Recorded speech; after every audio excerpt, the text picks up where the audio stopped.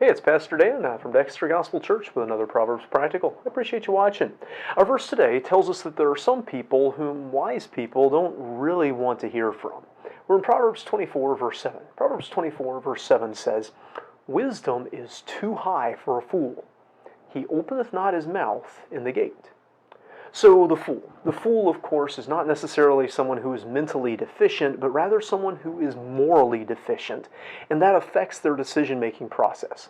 So fools may be clever, and they may be cunning, but because their intelligence is divorced from morality, they don't attain to true wisdom.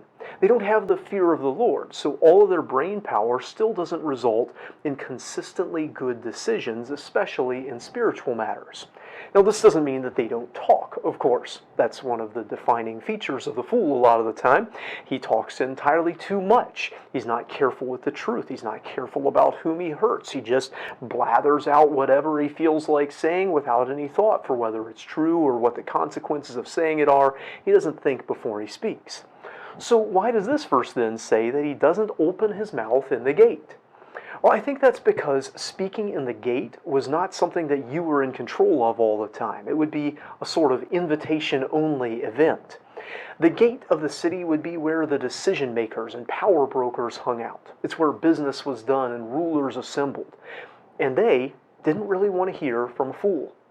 If this person has a pattern of bad decisions and bad outcomes, if he's known to be untruthful and immoral, if they know that he's self-centered and predatory, all of those qualities of the fool in the book of Proverbs, that's not going to make them very inclined to seek out his advice, to want to hear his voice and his opinion. You're not inclined to seek out the advice of someone that you know, A, makes bad decisions themselves, and B, is probably just in it for themselves. Wisdom, it says, would be too high for the fool. Genuine, good decisions based on spiritual truth. The highest he can get is cunning and cleverness, and the best leaders want wisdom for counsel, not foolish cunning.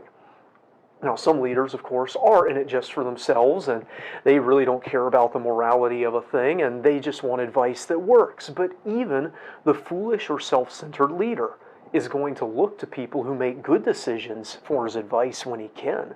They don't want the counsel of someone else they know is foolish and self-centered. Even if they themselves are self-centered, they still want advice from somebody who has their best interests or someone else's best interests at heart, rather than someone else self-centered. So if you want your voice to be sought out, start by not wanting to speak, but by having something to say.